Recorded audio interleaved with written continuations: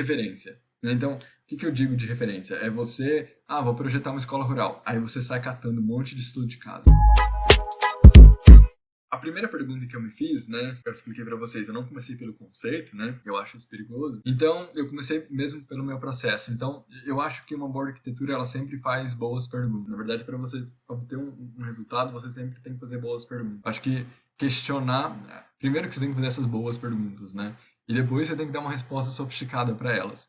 Sofisticadas no ponto de vista estético e projetual, né, técnico, né. Então, eu acho que né, desse contexto de uma área rural, implantar esse projeto em uma mata fechada, né, não é nem numa fazenda, era um lugar isolado, né, de uma sociedade, para uma sociedade futura, eu fiquei me perguntando como que essa edificação deveria ser. E a primeira resposta que eu tive foi que ela tinha, né, isso na verdade é uma resposta universal do meu processo, né, que ela tem que responder essas condicionantes, mas a principal condicionante que eu trago como protagonista é que ela tinha que ter um cuidado redobrado com essa implantação do processo do todo, né? Do impacto, na verdade. Então, eu queria causar o mínimo de impacto possível, né? Principalmente quando a gente fala da pegada de carbono. E aí pensando também como que seria essa conexão de fato da edificação com o entorno, né? Tanto a plasticidade como esses fluxos, né? Como que se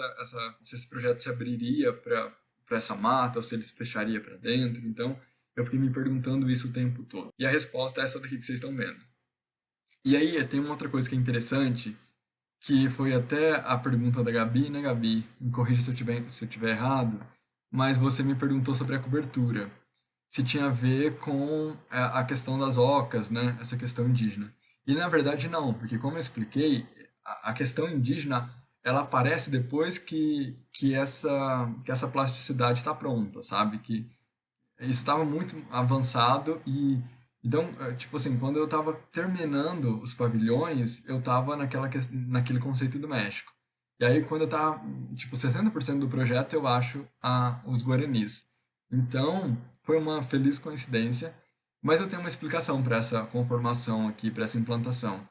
Eu sigo uma instituição africana e e aí eles têm muito essa conformação de criar um pátio central, né? E também tem a questão das cubatas africanas, né? Que eu já estudei, inclusive, para fazer um projeto de um outro concurso que eu participei. Então, tem essa formação das cubatas africanas, que também tem esse formato de criar um pátio central, sabe? Essa conformação de essa mini sociedade, né? Se é que a gente pode falar assim, na falta de uma palavra melhor.